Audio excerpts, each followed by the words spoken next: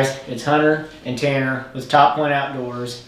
Today we're going to be going over our GoPros, the pros and cons of each and what the specs are, stuff like that. This video is also sponsored by 1632 Fabrication and Repair out of Centralia, Missouri.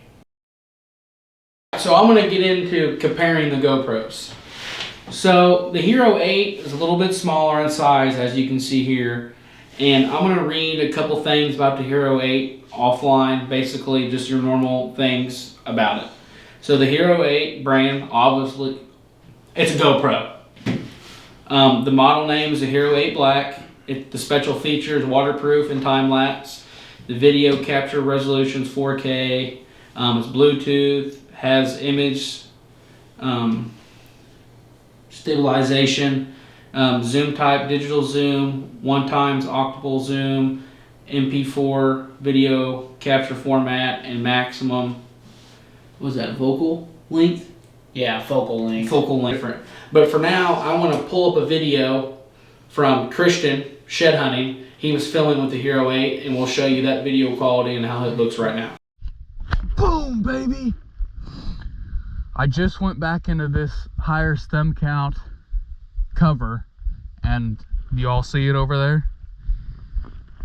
I'm hoping it's this other guy's side. Looks like a pretty good one. Talk about on fire today.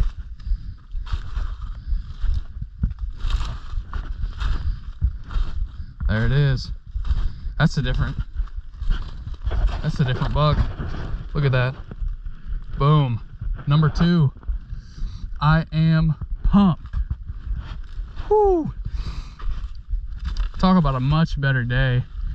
I put in 15 miles on public already, and for me to come out on this private and pick up 2 within the first 30 minutes, you know, I could not be happier. Let's go. Okay, so we're going over the Hero 9 Black now. So this is my GoPro, the Hero 9 Black. It shoots in 5K. It does have the capability. I normally run it between 1080 at 60 frames, or I'll do it at 4K. I think it shoots 60 on that too. But it's great for, I mean, just whatever, honestly. Not just hunting or fishing. I have no complaints with it. But I'll go over some of the specs with y'all here. It's waterproof. It has a time-lapse capability. Already said it's capable of shooting 5K.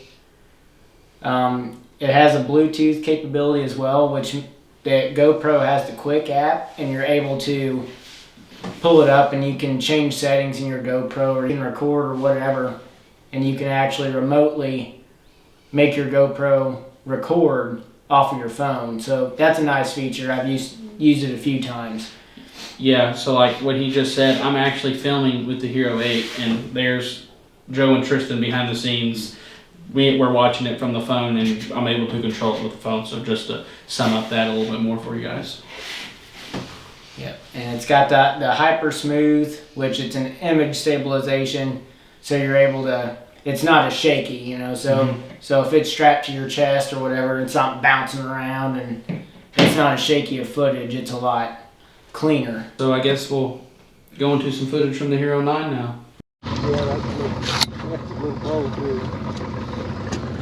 Or gar. Whoa.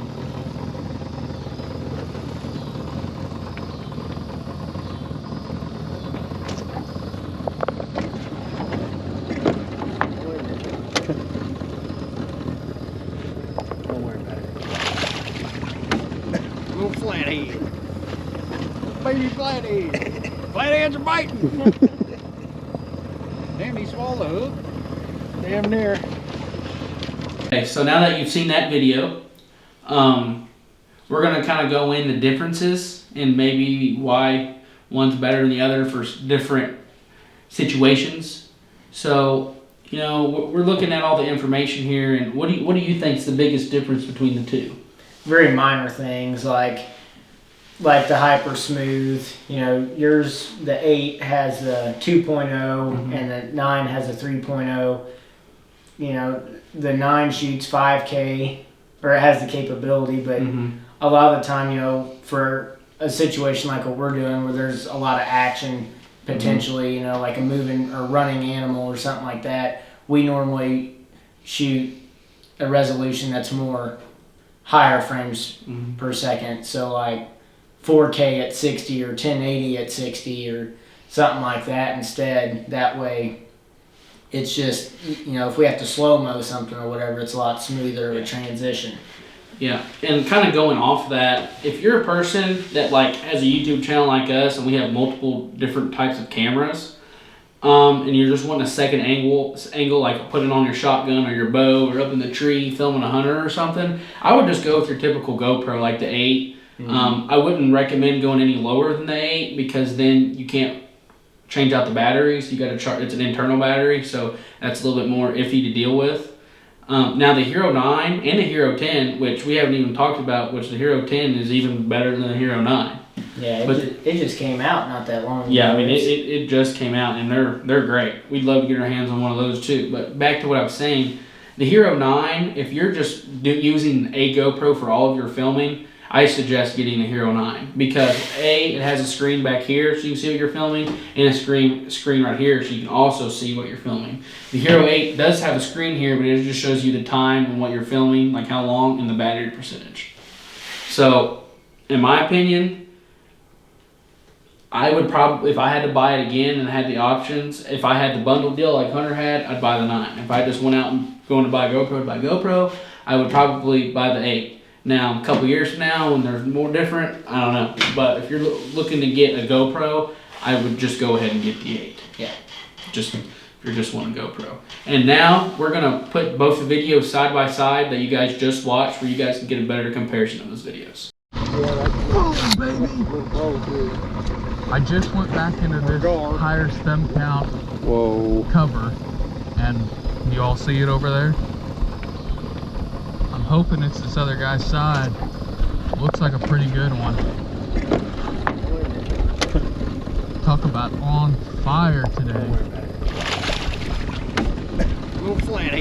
Now that you've seen the side-by-side comparison, I think that pretty much concludes the rest of the video right there. So from all of us here at TPO, we thank you for watching.